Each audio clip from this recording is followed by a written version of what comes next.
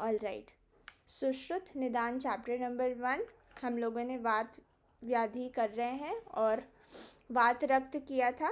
Last श्लोक हम लोगों ने देखा था 48 नंबर का श्लोक देखा था। पूर्व रूप देख लिए थे, प्रारंभ देख लिया था और साध्य साध्यता हमारी बची हुई है। ठीक है, तो इसको हम गाउट से कोरिलेट करते हैं। बाकी जो भी बेसिक चीज़ें थी वो सभी चीज़ें हम कवर कर चुके हैं, सिर्फ हमारा साध्य साध्यता बचता है। फिर हम लोग नेक्स्ट डिजीज़ देखेंगे आक्षेपक। तो फटाफट से 49 श्लोक नंबर में देखेंगे सभी लोग, पेज नंबर 301, चैप्टर नंबर 1 निदान, सुश्रुत निदान।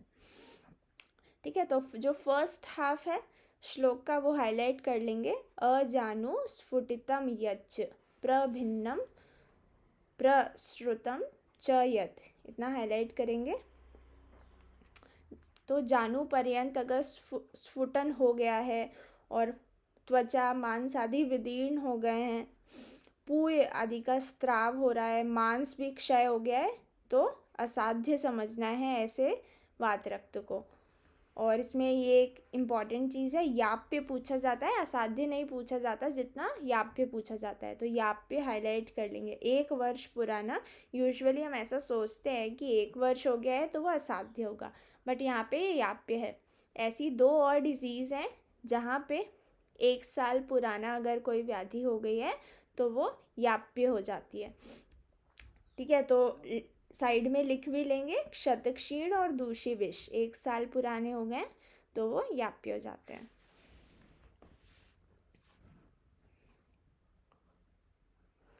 ठीक है,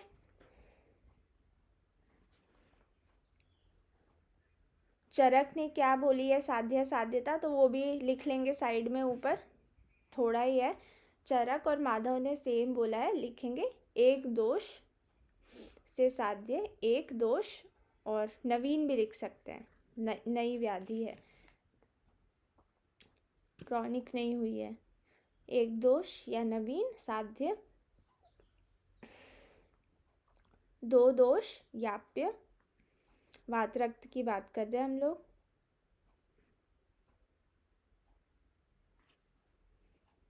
3 दोष और उपद्रव युक्त असाध्य।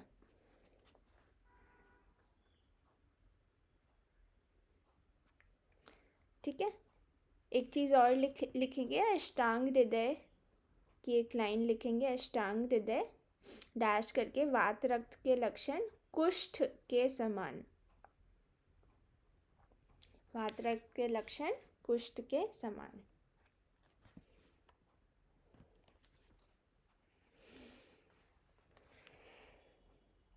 ठीक है, नेक्स्ट श्लोक देखेंगे 50 एंड 51।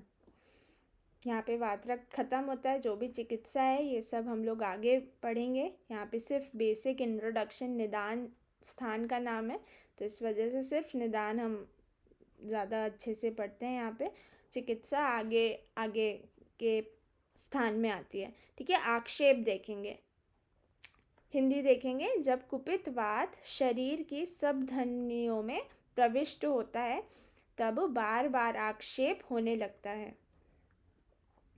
ठीक है, इस तरह बार बार आक्षेप के दौरे आने से इस रोग को आक्षेप कहते हैं। आक्षेप के 4 भेद बताए हैं। इसी रोग को आप आक्षेप कहते हैं? नहीं, वात रक्त अलग है, आक्षेप अलग है। ठीक है, ये वात व्याधि के अंदर का जो ये वात डोमिनेंट वाली जितनी भी डिजीज़ है ना, हम वो पढ़ रहे हैं अब। ठीक है, हम चिकित्सा नहीं पढ़ रहे हैं, सिर्फ जो भी उनका जो बेसिक चीज़ें आती हैं वात व्याधि के अंतर्गत, जैसे हम चरक में भी पढ़ते हैं, ऐसे ही इस चैप्टर में भी बताया गया है। ठीक है, इसके जो भेद हैं वो देखेंगे नेक्स्ट पेज में, 58 पेज श्लोक नंबर में हाईलाइट कर लेंगे। यहाँ पे बताए गए हैं भेद, और लिखना चाहें तो आगे भी लिख सकते हैं। 4 भेद किए हैं आचार्य सुश्रुत ने। ठीक है, पहला लिखेंगे केवल कुपितवात, सेकंड है वात कफ, थर्ड वात पित्त, और फोर्थ है आघात।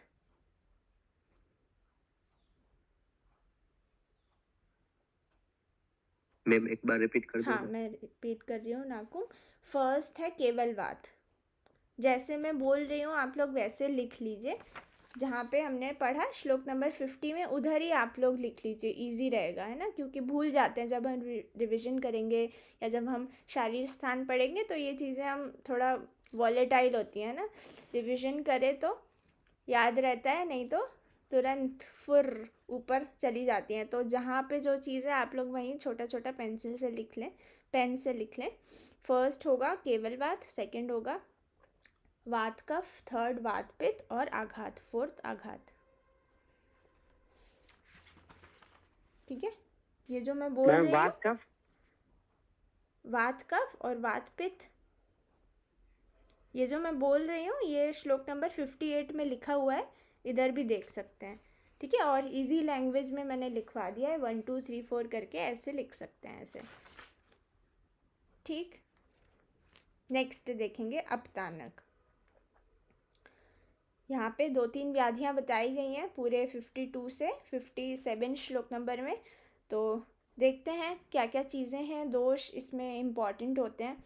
वैसे तो मेन दोष इसमें वाती है। अपतानक देखते हैं।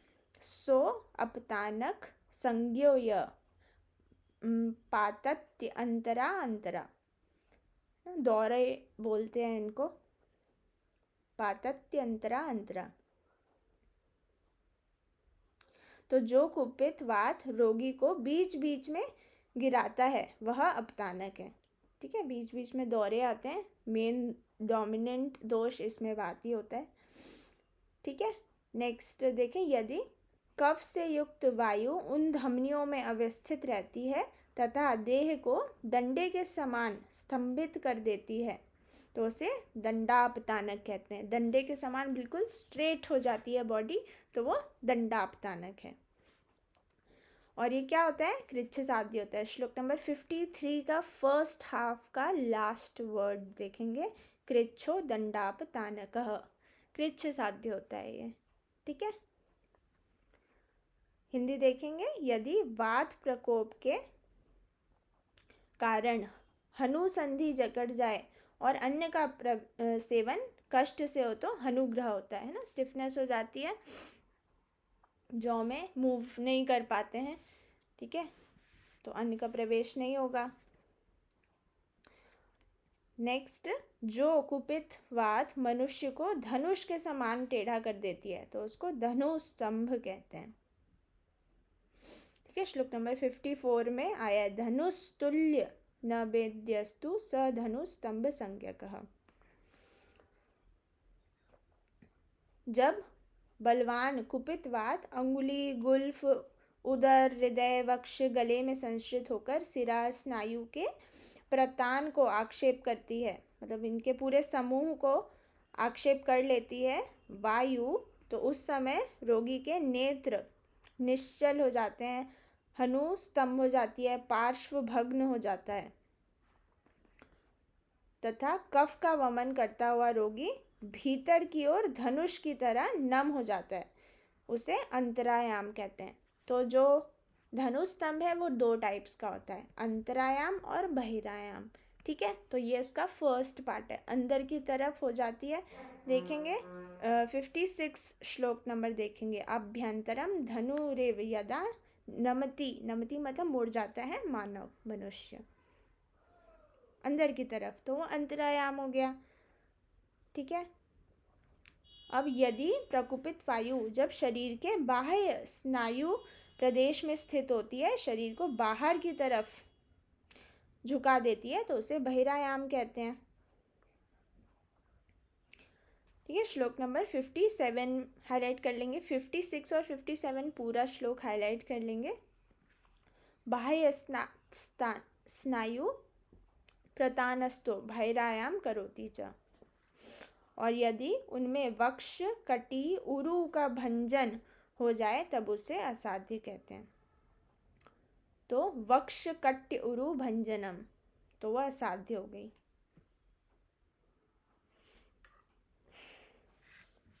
ठीक है, चरक का एक मत लिख लेंगे साइड में। मन्या स्तंभ को अंतरायाम कहा, मन्या स्तंभ को अंतरायाम कहा, और हनु स्तंभ को बहिरायाम कहा।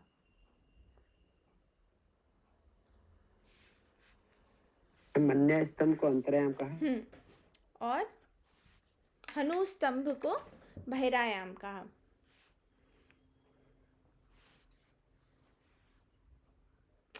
ये जो इंग्लिश मॉडर्न टर्मिनोलॉजीज दी हुई हैं विमर्श में, ये हाईलाइट कर लेंगे।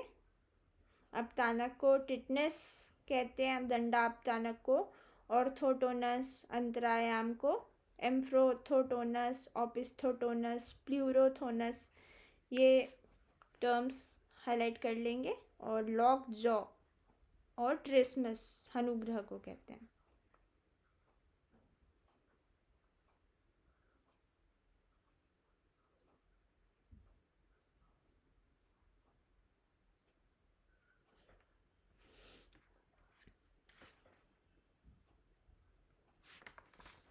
नेक्स्ट देखते हैं। अब यहाँ पे 4 भेद बताए गए जो मैंने लिखवाए थे। ठीक है, एक चीज लिख सकते हैं, दंडालसक असाध्य होता है आचार्य चरक अनुसार।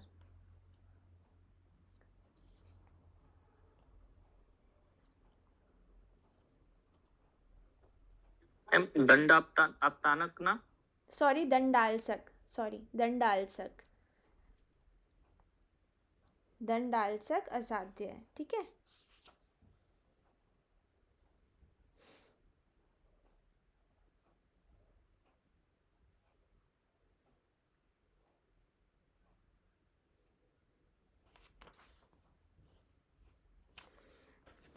ठीक है, 4 भेद हम लोगों ने देख लिए। अब हम नेक्स्ट देखते हैं, श्लोक नंबर 59। 59 में क्या बताया? असाध्यता का लक्षण बताया है, अपतानक के असाध्यता का लक्षण, है ना। कई जगह हेडिंग नहीं लिखी रहती है, तो आप लोग छोटी छोटी हेडिंग लिख दीजिएगा कि जब भी हम रिवीजन करते हैं फटाफट से हेडिंग पढ़ लें तो पता रहता है कि वो श्लोक किसका है ना, तो पूरी हमें हिंदी नहीं पढ़नी होती है। तो ये असाध्यता का लक्षण है अपतानक का। तो अगर ये वाले लक्षण दिखेंगे इसका मतलब कि वो क्योर नहीं होगा। ठीक है, तो क्या क्या है? गर्भपात से उत्पन्न रक्त के अधिक स्राव से उत्पन्न, आघात से उत्पन्न अपतानक ठीक नहीं होता। गर्भपात निमित्तस्य शोणित अति स्रवाश्चय और अभिघात निमित्तस्य, 3 चीजें हैं।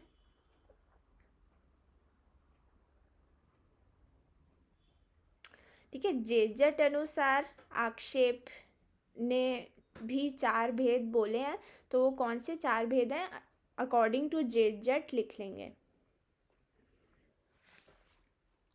लिखेंगे फर्स्ट दंडापतानक, सेकंड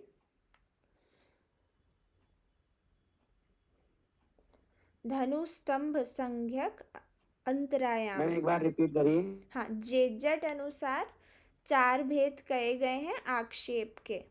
आक्षेप के हमने पढ़े थे सुश्रुत अनुसार वात और आघात, वात पित्त, वात कफ, है ना। ऐसे ही जेजट ने 4 भेद बोले हैं। तो फर्स्ट है दंडापतानक, सेकंड भेद है धनुस्तंभ संज्ञक अंतरायाम, थर्ड है धनुस्तंभ संज्ञक बहिरायाम। हमने पहले देख लिया धनुस्तंभ के 2 टाइप्स हैं, अंतर और बहिर। ठीक है, फोर्थ क्या है? अभिघात जन्य आक्षेप। मैम फोर्थ अभिघात, अभिघात।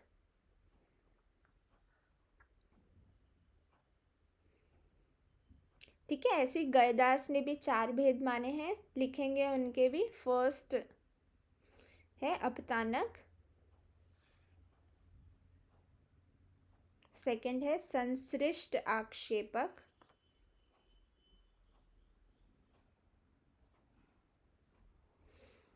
थर्ड है वातजन्य आक्षेपक,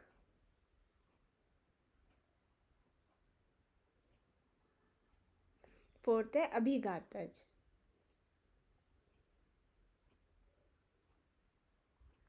एक बार रिपीट। हाँ, फर्स्ट है अपतानक, सेकंड है संश्लिष्ट आक्षेपक, थर्ड वातजन्य आक्षेपक, और फिफ्थ अभिघातज। भी किनके अकॉर्डिंग है? हाँ, किनके अकॉर्डिंग है? गयदास।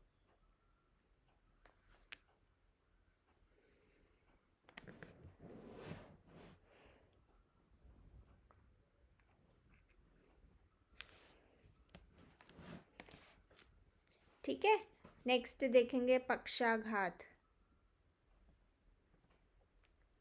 पक्षाघात को हम पैरालिसिस से थोड़ा बहुत कोरिलेट करते हैं। यहाँ पे बताया हुआ है, देखते हैं, हिंदी देखेंगे पहले। जब अत्यधिक प्रकुपित वायु नीचे जाने वाली, टेढ़े जाने वाली या ऊपर जाने की ओर जाने वाली धमनियों में प्राप्त होता है, तब दोनों में से किसी एक पक्ष के संधि बंधनों को पृथक कर उस पक्ष का घात कर देती है। तो श्लोक नंबर 61 के फर्स्ट हाफ में देखेंगे, संधि बंधनात् विमोक्षयन, ये पूछा जाता है। सिर्फ इतना रख के पूछते हैं कौन से डिजीज से रिलेटेड है, कौन सी व्याधि से रिलेटेड है। ठीक है, संधि बंधन का विमोक्ष ना, विनाश होना, तो पक्षाघात से रिलेटेड है, ये याद रखेंगे।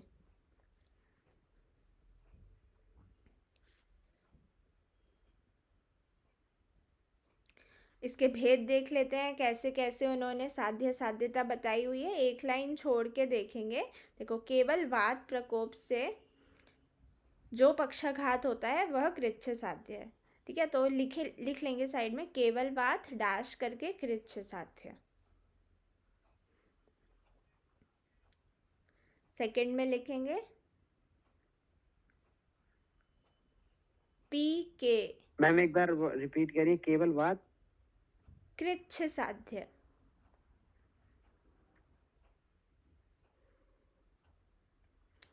फिर लिखें पी कॉमा के,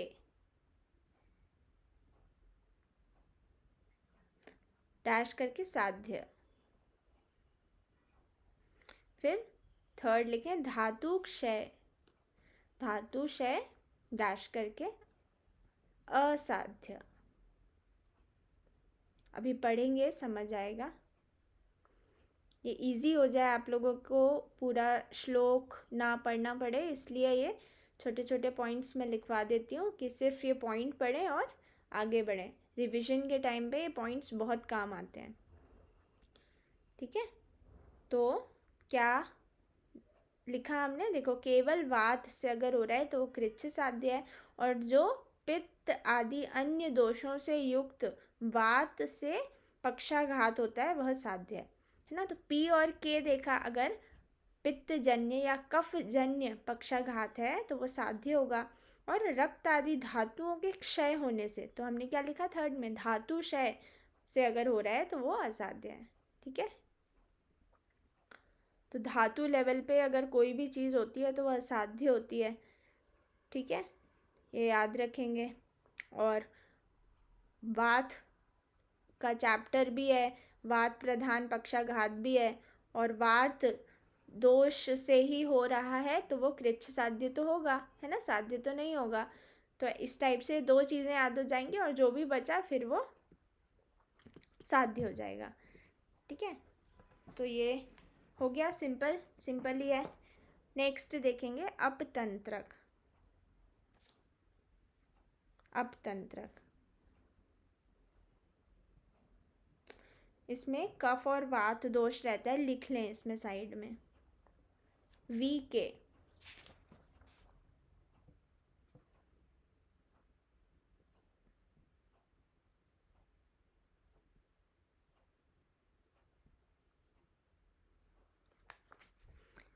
ठीक है, क्या होता है अब तंत्रक में, इसमें एक ही चीज़ सबसे ज़्यादा पूछी जाती है, वा अपि कूजति। श्लोक नंबर 65 का फर्स्ट हाफ हाईलाइट कर लेंगे, है ना। एक बार पढ़ देती हूँ मैं। जब कुपित वायु ऊपर की ओर जाकर हृदय, सिर, शंख प्रदेश में प्रवेश करती है तथा उन अंगों को पीड़ित करती है एवं उन्हें आक्षिप्त करती है, नमा देती है, जिससे रोगी नेत्र बंद कर लेता है, चेष्टा रहित हो जाता है और स्तब्ध आक्ष, निश्चल नेत्र व कबूतर के समान कूजन करता है। ये इम्पॉर्टेंट है, कबूतर के समान आवाज आती है अपतंत्रक में। ठीक है, ऐसे ही चरक का भी काफी इम्पॉर्टेंट है। हाईलाइट करेंगे विमर्श की सेकंड लाइन।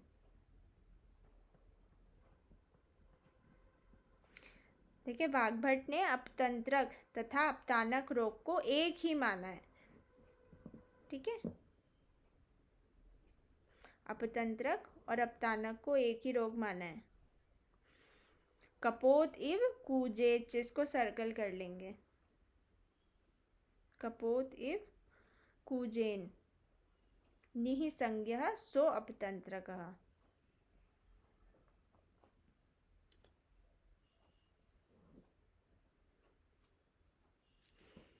चरक, वाग्भट और माधव सभी ने सेम ही माना है। ठीक है, ऐसे ही लक्षण माना है सभी ने। लिख लेंगे साइड में।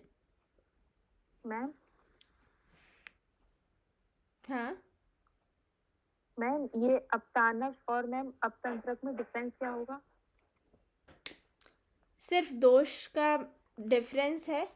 अपतंत्रक जो अपतानक है उसमें वात होता है और अपतंत्रक में वात और कफ होता है। ठीक है, थोड़ा बहुत डिफरेंस है। जैसे अपतंत्रक में क्या होता है, रोगी का बीच बीच में गिरना, अभी हमने पढ़ा था ना, दौरे आते हैं उसे बीच बीच में गिर जाता है, पातयत्य अंतरा अंतरा ऐसे करके पढ़ा था। ठीक है, बीच बीच में वो गिर जाता है। अपतंत्रक में क्या होता है, कुपित कफान्वित वात किसमें, हृदय, शिर और शंख आदि में प्रवेश कर, अभी हम पढ़ ही रहे, नेत्र बंद हो जाते हैं, कपोतवत आवाज़ आती है और श्वास की गति, कष्ट से कुछ भी बोल पाते हैं, बहुत पीड़ा होती है और बेहोशी हो जाती है। ये डिफरेंस है अपतंत्रक और अपतानक में, बुक में ही लिखा हुआ है। ठीक है, अपतंत्रक का जो दोष है 65। ठीक है मुस्कान, हाँ जी मैम। दोष अगर हाईलाइट करना चाहो तो कर सकते हो। 65 नंबर का श्लोक है, सेकंड हाफ में फर्स्ट वर्ड में ही दोष लिखे हुए हैं। ठीक है, कफान्वितेन वातेन।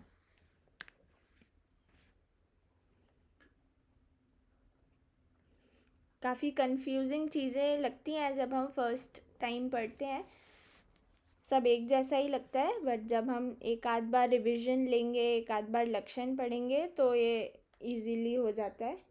ठीक है, क्योंकि काफ़ी इनके एक आध वर्ड में ही समझ आ जाता है, क्योंकि 4 ऑप्शन है, 4 में से एक आंसर है, तो हमें कुछ याद तो करना नहीं है, सिर्फ हमें हिंट चाहिए। ठीक है, तो आराम से टिक हो जाता है, क्योंकि बहुत ही सिलेक्टेड चीज़ें ही मैं टिक करवा रही हूँ, हाईलाइट करवा रही हूँ, और उधर से ही क्वेश्चन आते हैं। ठीक है, जब भी बहुत बड़ा अगर श्लोक दिख जाए तो उसको नहीं पढ़ना चाहिए ना। जैसे हम अभी कल्प स्थान में पढ़ेंगे, विष, उसमें पूरा अगत का वर्णन आया है कल्प स्थान में, तो इतने बड़े बड़े उसमें श्लोक हैं कि अगर वो बड़ा श्लोक दिख रहा है तो उसे हमें स्किप ही कर देना चाहिए, क्योंकि वो इतने बड़े से क्वेश्चन नहीं बन पाता है ना। अगर उसमें पार्ट्स हैं, डिवीजन है, भेद है, तो ज़रूर वो इम्पोर्टेंट होता है। ठीक है, तो इस टाइप से थोड़ा हम भी देख सकते हैं कि क्वेश्चन बनेगा या नहीं बनेगा। ठीक है, एंड में लेते हैं क्वेश्चंस मुस्कान, इसको हम कंप्लीट कर लेते हैं। मन्या स्तंभ देखेंगे, इसमें लिख देंगे के और वात, कफ आवृत वात का लक्षण है इसमें। मन्या स्तंभ में पूछा जाता है दोष। ठीक है, कफ आवृत वात है इसमें।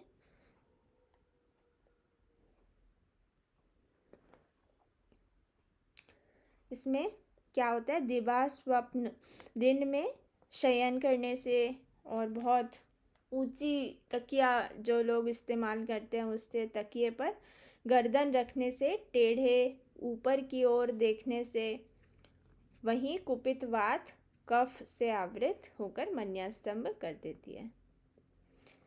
ठीक है, टॉर्टिकोकोलिस इसको हम कह सकते हैं। अर्दित देखेंगे।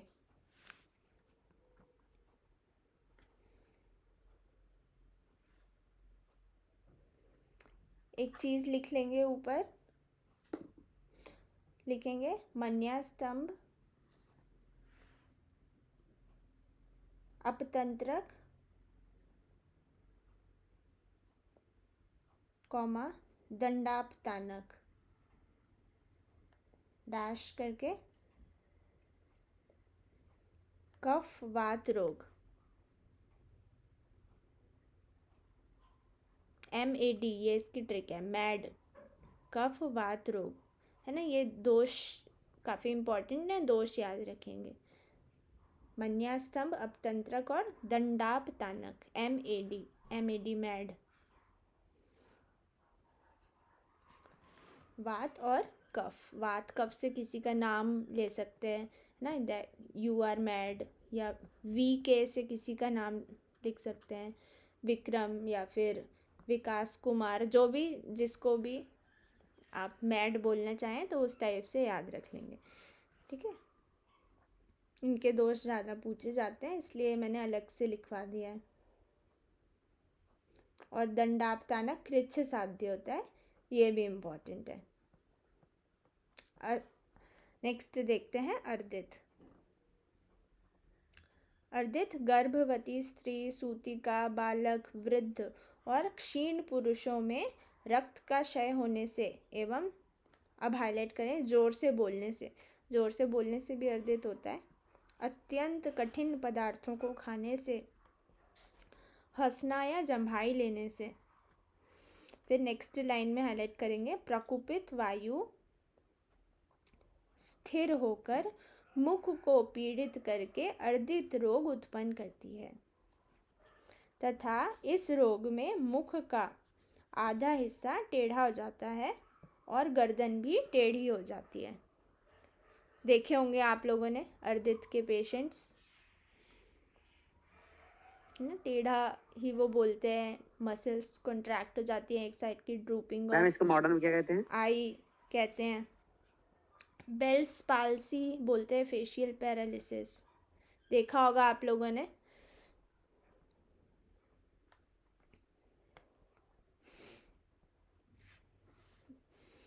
ठीक है, श्लोक नंबर 70 का सेकेंड हाफ हाईलाइट करेंगे। वक्री भवती वक्त्र अर्ध्रम ग्रीवा चाप्य वर्तते। ठीक है, ये पूछा जाता है कौन सी व्याधि है, इतना श्लोक रख के पूछते हैं। PG का मैं बता रही हूँ। एक बार 70 श्लोक रिपीट करिए। सेकेंड हाफ इसका हाईलाइट करना है। वक्री भवती वक्र अर्धम ग्रीवा चाप्य वर्तते।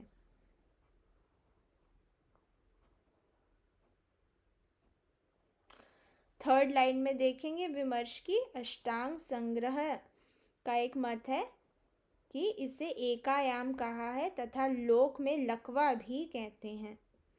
चरक ने मुख अर्धघात युक्त पक्षाघात या मुख अर्धघात कहा है। अर्धे तस्मिन मुखार्देवा केवले स्यात् अर्दितम।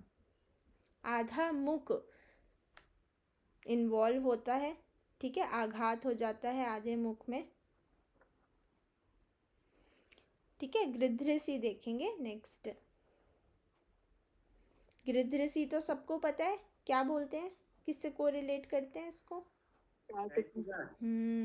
गुड। इसकी सबसे अच्छी चिकित्सा क्या करते हैं?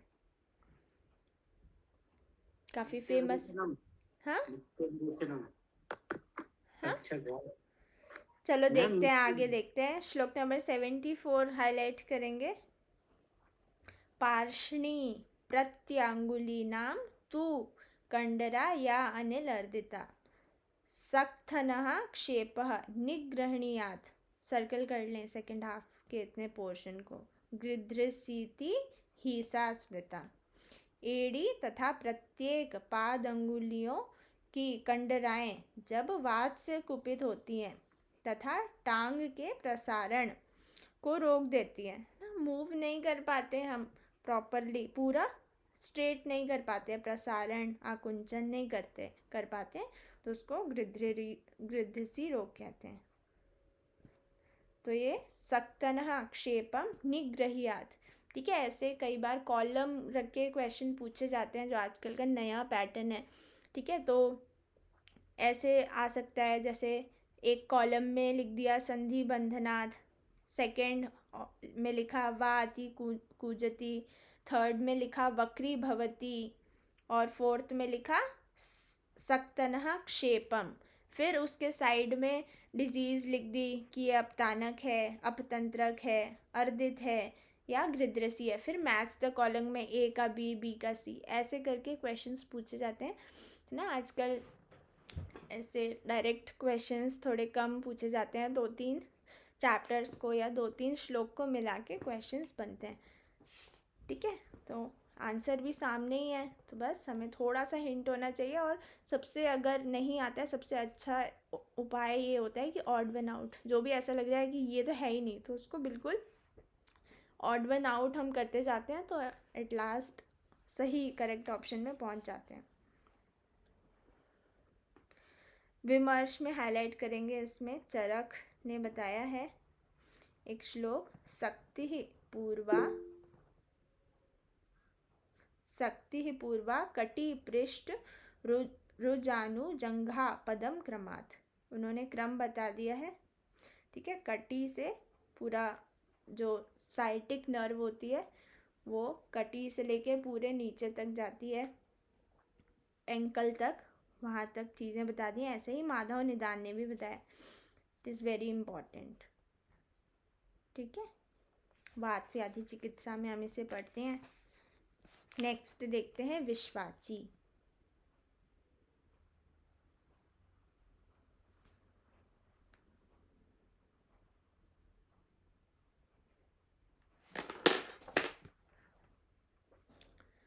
हाईलाइट करेंगे श्लोक में विश्वाची का सेकेंड हाफ। बहवो कर्म क्षय करी, BHU में आया है एक बार क्वेश्चन। श्लोक अब नंबर बताइए। श्लोक नंबर 75 चल रहा है हमारा विश्वाची ना। विश्वाची में क्या हो, बाहु पृष्ठ से लेकर हस्त तल की प्रत्येक अंगुलियों की कंडराएं जब प्रकुपित वात से युक्त हो जाती हैं, तब बाहु के संकोच विस्तार रूप कर्म का क्षय हो जाता है। ठीक है, हमारा जो शोल्डर है वो चला जाता है ना, वात प्रकोप हो जाता है। जैसे ही विश्वाची है वैसे ही गृध्रसी है, बस ऊपर नीचे का ही फर्क है। ठीक है, तो मूव नहीं कर पाते, ऐसे कुछ भी नहीं कर पाते, ग्लास भी नहीं उठा पाते, विश्वाची हो जाता है। तो बाहु की गति का ह्रास हो जाता है, अगर इतना ही लिख सकते हैं, सिर्फ बाहु की गति का ह्रास हो जाता है।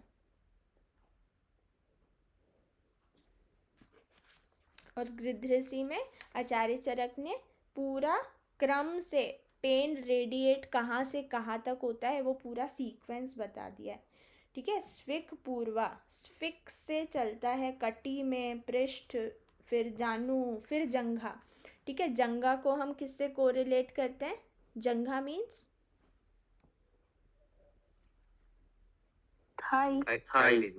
Muscle no, it's not thigh, calf muscle से ना। जब भी आयुर्वेद में ये थोड़ा अलग चलता है ना, नॉर्मल तो उससे ही करते हैं, बट यहाँ अलग है। ठीक है, तो जंघा को हम थाई रीजन से नहीं करते हैं। जो जानू के नीचे का जो भी पार्ट है टिल एंकल, उस पूरे भाग को आयुर्वेद में जंघा की संज्ञा दी है। और थाई को क्या बोलते हैं? उरु। ठीक है, और उरह किसको कहते हैं? वक्ष प्रदेश को, चेस्ट रीजन को, उरु थाई रीजन को। और काफ्ट मसल वाले लेग को, जो 4 लेग है, उसको जंघा कहते हैं। ठीक है, याद रखना है। मणिबंध किसको कहते हैं? wrist joint, हाँ, गुल्फ, ankle joint, ankle, ठीक है। चलो क्रोष्टुक शीर्षक देखेंगे। इसमें सबसे इम्पोर्टेंट है दोष, दोष पूछते हैं इसमें, ठीक है। वात रक्त है, बड़ा बड़ा लिख लेना। क्रोष्टुक शीर्षक मतलब कोई भी ट्रॉमेटिक चोट वगैरह लग जाती है तो जानु संधि में वात या रक्त की विकृति से उत्पन्न भयंकर पीड़ाकारी श्रृगाल के सिर के समान मोटा सा जो शोथ हो जाता है, कहाँ पे, जानु में, उसे क्रोष्टुक शीर्षक कहते हैं। ट्रॉमेटिक भी लिख सकते हो, ठीक है। भी ट्रॉमेटिक, कहीं गिर गए, किसी ने पत्थर मार दिया, ठीक है। कई बार ऐसा लगता है इसमें वात और रक्त की दुष्टि हो रही है, जॉइंट भी इन्वॉल्व है, तो कहीं ये गाउट तो नहीं है ना। पर वो हमें याद रखते हैं कि जो गाउट है वो एक मेटाबॉलिक डिसऑर्डर है। जैसे कि हमने पढ़ा था यूरिक एसिड के क्रिस्टल्स वहाँ पे डिपॉजिट हो जाते हैं, तो it is not a metabolic disorder, ये एक ट्रोमेटिक कंडीशन है, ठीक है। और जो मेटाबॉलिक डिसऑर्डर है उसमें भी वात रक्त सेम ही है, तो क्षय, और तो ये चीज़ याद रखेंगे। नेक्स्ट देखेंगे खंज और पंगु। खंज में इम्पॉर्टेंट है कटी प्रदेश में वायु। खंज मतलब 1 लेग, पंगु मतलब बोथ लेग, 2 लेग, ठीक है। तो देखते हैं इसमें, प्रकुपित वायु कटी प्रदेश में स्थित होकर शक्ति की कंडरा को आक्षिप्त कर देती है, तब मनुष्य खंज हो जाता है, लंगड़ा हो जाता है, और दोनों टांगों की कंडराएं, सिरा, स्नायु और नाड़ियों के वध होने से पंगु हो जाता है, ठीक है। 1 लेग, बोथ लेग, इतना याद रखना है। और कटी में वायु ये लिख सकते हैं, कटी स्थित वायु दोष, ये लिख लो हेडिंग, और उसको सर्कल करके हाईलाइट कर दें।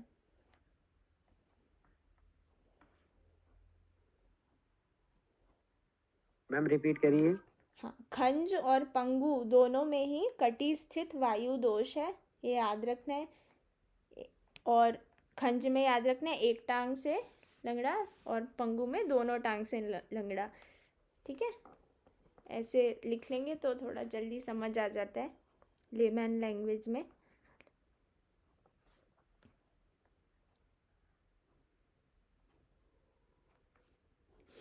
कलाए खंज देखते हैं। कलाए खंज क्या होता है, इसका सेकेंड हाफ इसका इम्पॉर्टेंट है। इसमें क्या होता है, चलने के प्रारंभ में कांपता है, कलाए खंज। तो जो मनुष्य चलने के प्रारंभ में कांपता है, लंगड़ाता हुआ चलता है, तथा जिसके पाद संधियों के बंधन ढीले हो गए, उसे कलाए खंज कहते हैं। ये इम्पॉर्टेंट है, कलाए खंजम तु विद्यान मुक्त संधि प्रबंधनम, तो ये इम्पॉर्टेंट चीज़ है, ठीक है। कई बार हम काफ़ी सारे डिजीज़ पढ़ लेते हैं, पर हमें जो श्लोक के वर्ड हैं उसमें हम थोड़ा ऊपर नीचे भूल जाते हैं, तो याद रखेंगे ये, ठीक है। हमने संधि बंधनाथ विमोक्षयन देखा था 61 श्लोक नंबर में, पक्षाघात में। और कलाए खंजन में विद्यान मुक्त संधि प्रबंधनम, याद रखना है दोनों ही चीज़ें,